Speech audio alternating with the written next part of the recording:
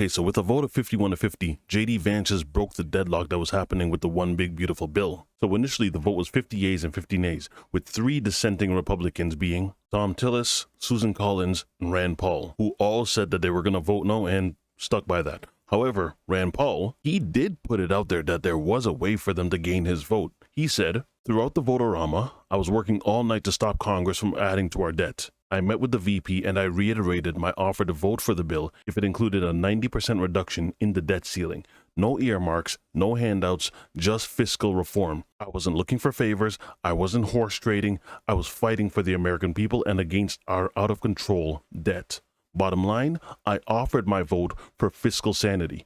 Congress chose to sell out taxpayers instead. Once the bill is released, we will know what the true price was." They needed 4 people to go against the vote. They got 3. And everyone kind of already knew that it was going to be a bit of an uphill battle to find 4. Why? Well, because most of these guys already know that pressure was going to come on them. To be that 4th vote and to be the determining factor in shutting down Trump's bill, yeah, that's pretty much your career. Here's a clip of Senator Rand Paul discussing how he feels about the bill during some of these proceedings. In deciding whether to vote for the big, not-so-beautiful bill, I've asked a very specific question. Will the deficit be more or less next year? The answer, without question, is this bill will grow the deficit. The federal government has fancy formulas and hundreds of wonky accountants who inform us of their projections over 10 years. But you often can't trust these projections. In an excellent piece written by the Foundation for Economics and Education entitled "The CBO's Projections Are Worse Than Useless," Eric Schuler writes, "Long-term analysis and language is commonplace in U.S. national politics, but it achieves no useful outcome. It confuses far more than it clarifies. It does not provide accurate estimates of long-term results. It does not improve the average voter's understanding of policy effects. And it gives politicians a means to claim they are being fiscally responsible without actually ever exercising any prudence whatsoever. Sometimes the predictions are off because a new Congress is elected and changes the law. Eric Schuler writes that for any projection of a 10-year budget to be accurate, the Congressional Budget Office has to assume that the law won't change for 10 years, even as most of the politicians that make the laws risk being replaced every 2 years, and all of them advocate for changes of one stripe or another. Schuler states that few in Washington will admit Congress has a knack for starting any proposed cuts in the later years while letting spending run wild in the immediate future. Sometimes these predictions are off by $1 trillion or so because the economy grew more slowly or more quickly than anticipated. Now, they made some changes, so this now has to go back to the House. And unless people think that people that were MAGA once upon a time weren't MAGA anymore, every one of them might have their own individual problems with the bill. But once those little things are taken care of, that'd be damned. Marjorie Taylor: "I told the White House I couldn't support the one big beautiful bill with the AI moratorium inside. Banning states from regulating AI for 10 years is a gift to big tech and a disaster for American workers and states' rights. Thanks to Senator Marsha Blackburn, we got it out. That's a huge win for federalism and the America First agenda." America. So the one big beautiful bill, that's trending everywhere. You know what else is trending? This guy. So apparently Elon didn't hear no bell. Elon Musk has been putting up post after post after post, and you now officially have the world's richest man versus the world's most powerful man. Right. And here he says anyone who campaigned on the promise of reducing spending but continues to vote on the biggest debt ceiling increase in history will see their faces on this poster in the primary next year. So now we get back to the back and forth between Elon and Trump, because Trump said, "Elon Musk knew long before he so strongly endorsed me for president that I was strongly against the EV mandate. It's ridiculous. It was a major part of my campaign.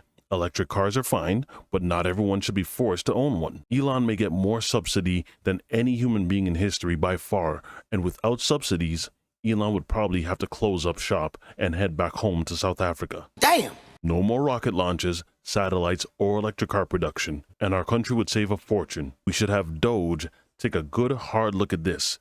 big money to be saved. So we're getting kind of personal now, because saying that the man might be back in South Africa and then saying that the organization that he created might be used against him. Oh, and it didn't stop there, because what Trump said next was tantamount to saying that he would have to look into it on whether or not Elon should be deported. Well, listen to the setup question, because that's exactly what it was. One of the reporters that were out there, they were the one that actually set up that question for Trump to answer. Arrest. We got a lot of hostages back, but we're going to talk about that. I don't know. I think we'll have to take a look. We might have to put Doge on Elon. You know what Doge is? Doge is the monster that might have to go back and eat Elon. Wouldn't that be terrible? He gets a lot of subsidies, Peter. But Elon's very upset that the EV mandate is going to be terminated. And you know what? When you look at it, not everybody wants an electric car. I don't want an electric car. I want to have maybe gasoline, maybe electric, maybe a hybrid, maybe someday a hydrogen. If you have a hydrogen car, it has one problem. It blows up, So I'm going to give that one to Peter. I'm going to let Peter test it out. You know what the thing is? He's petty enough to do it. He's genuinely petty enough that he would, just for the sake of headlines, because remember, all of this is just strictly for entertainment. I think for the headline's sake, he would deport Elon. And as if it didn't hurt enough, having the president threaten your company and having the president threaten the CEO of your company that, one, he might get deported, and two, your business, your subsidies might have to then be investigated by the people, by the organization that is known simply to just walk in, break things, and then ask questions after. You know where this is going to hurt.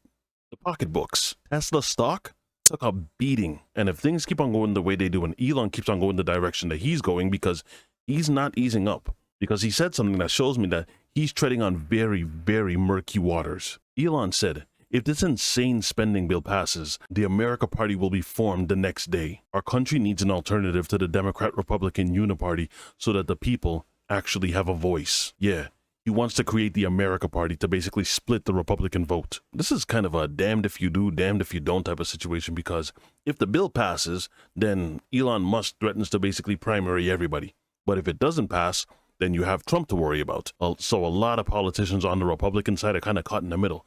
But for those that might think that Elon had nothing to do with Donald Trump being elected, and remember, he did spend a lot of money, but more so, it was more the amplification on the algorithm. That is seriously what I think sold it. He purchases Twitter, changes it to X, adjusts the algorithm so that he could push the voice of MAGA. And so now you do all that. You spend billions of dollars to buy Twitter.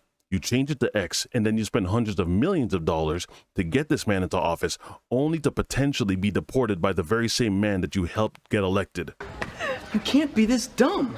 So Elon Musk on X posted this: every member of Congress who campaigned on reducing government spending and then immediately voted for the biggest debt increase in history should hang their heads in shame, and they will lose their primary next year if it's the last thing I do on this earth. 32 million views, nearly 250,000 likes. Elon, anything else you want to say?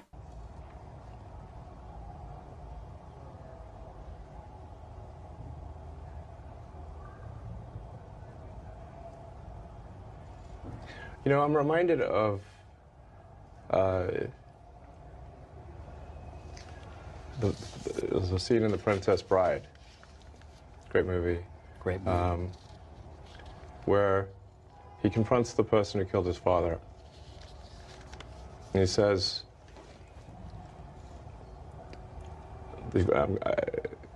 offer me money. Offer me power. I don't care. So you just don't care. You want to share what you have to say. I'll say what I want to say, and if the consequence of that is losing money, so be it. Well, let's see if he's serious about that. That's all I got for now. Whatever your thoughts are, leave them in the comment section. If you guys enjoyed this video, don't forget to drop a like, and I will see you again on the next one. Be easy, y'all.